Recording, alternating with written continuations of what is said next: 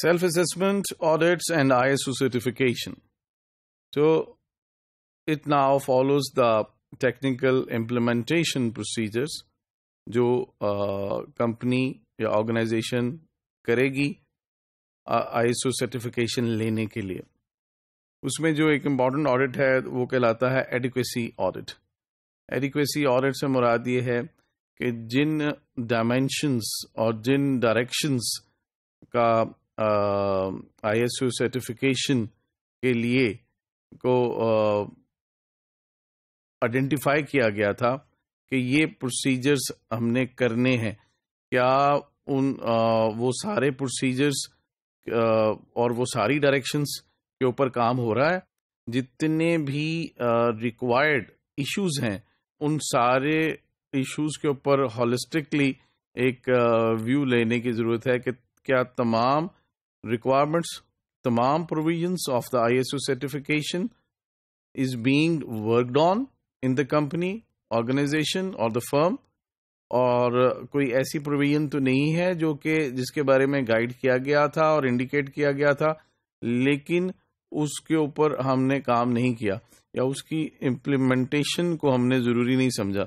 تو پہلا تو یہ ہے کہ یہ دیکھنا کہ تمام پروویژنس کو انکارپوریٹ کیا جا رہا ہے آرگنائزیشن کے اندر اپنی تیاری کے دوران.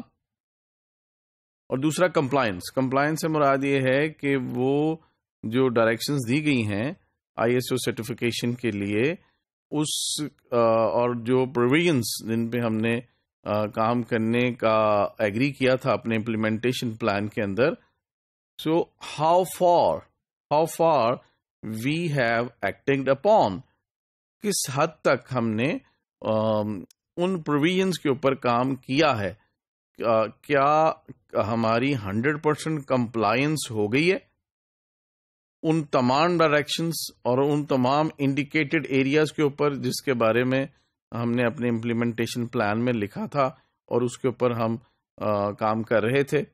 تو دا کمپلائنس آڈٹ ہمیں بتائے گا کہ کس حد تک ہم نے اپنے پروسیجرز اور پروسیسز کو ان ریکوائرمنٹس اور ان پروویژنس کے مطابق ڈھال لیا ہے، بنا لیا ہے جس کی گائیڈنس ہمیں دی گئی تھی ہمارے امپلیمنٹیشن پلان کے اندر. جب یہ ہم ایک آڈٹ کر لیں گے تو پھر جو ہے ہم رجسٹرار سے اسیسمنٹ کرائیں گے.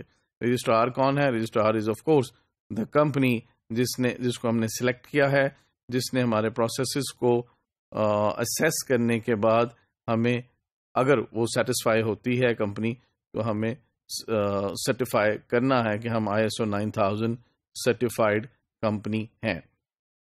تو اس سلسلے میں جو رجسٹرار ہے وہ کیا کرے گا؟ وہ پری اسسمنٹ کرے گا.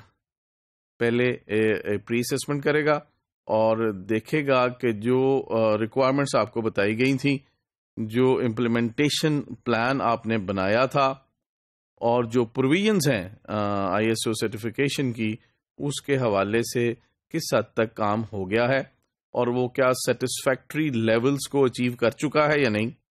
اگر کچھ لوپ ہولز ہیں، کچھ شارٹ کمنگز ہیں، کچھ ایسے ایریاز ہیں جن میں کام ہونا باقی ہے، یا کوئی ایسی کریکشن جو ہیں وہ ریکوائرڈ ہیں، تو رجسٹرار آپ کو گائیڈ کرے گا ٹو کمپلیٹ دوز پروسیجرز اور پلگ دوز ہولز. تو دین اس کی جو گائیڈنس کے مطابق the company will take corrective actions, یعنی جہاں غلطیاں ہیں اس کو سدھار لے گی. Then there will be a final assessment. پھر رجسٹرار دوبارہ کمپلیٹلی کمپریہنسولی آپ کے سارے پروسیسز اور پروسیجرز کو جانے گا. اور the certification is provided after assessment by approved registration body.